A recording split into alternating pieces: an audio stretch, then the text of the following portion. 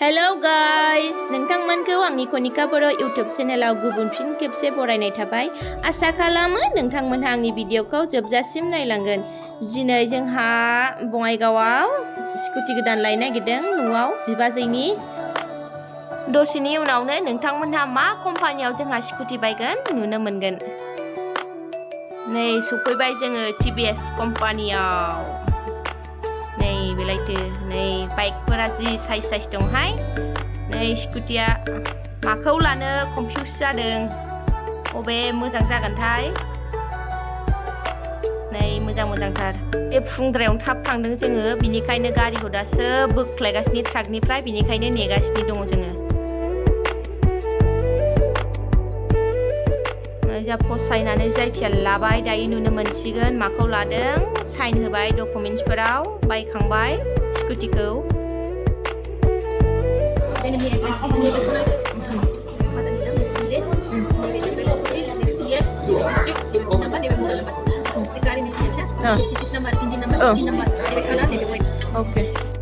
Insurance आरिफोरखौ बुजायना हरखाजोब्बाय गारिनि। नोंथांमोनाथ' जाय लादों मिथिखायो, आरो गारिया आजिखालि साइकेलफोर बायदिसो जाबाय। बङाइगावआव जोंना जा ट्राफिक जायो, डिस्टार्बथारलै गारि सालायनो।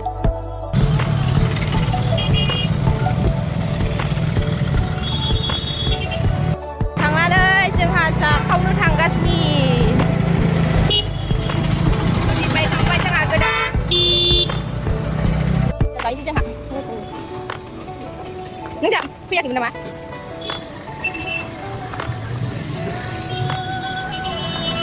Udah. Ya? Mas nih mah. Pijak. Udah, kali godan pace udah. Skuti बायनायनि पिज्जा पार्टी होलांसिगोन बाजैया। पिज्जा जानो फैबाय। टेस्टि पिज्जा जालांसै।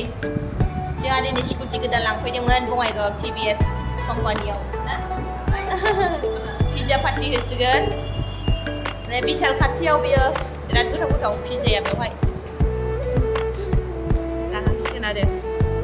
नोंसोरबो फैदे लोगोफोर जानोबा। पिज्जा जालांसै जोंहा नै।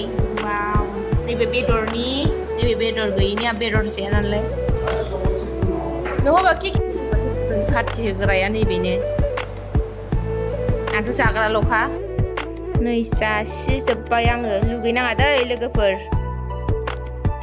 पिज्जा जाखांबाय। पार्टी स्कुटिनि पिज्जा सो निखाला बाजै हटेलाव जानोसै आं। जाखोलायबावा। गारि गोदान लानानै फैबाय जोंहा न' सफैबाय। जमना दंखाजोबो। गथ'नि मेथाइ लानानै हा? गथ'फोरनि मेथाइ लानानै लांसै। गरमा हाला। स्कुटि गोदानाव गाखोनो मोना जा रिलेक्स फिल खालामलायबावो। मालाय सालायनायाव गाखोनो मोननायखाय।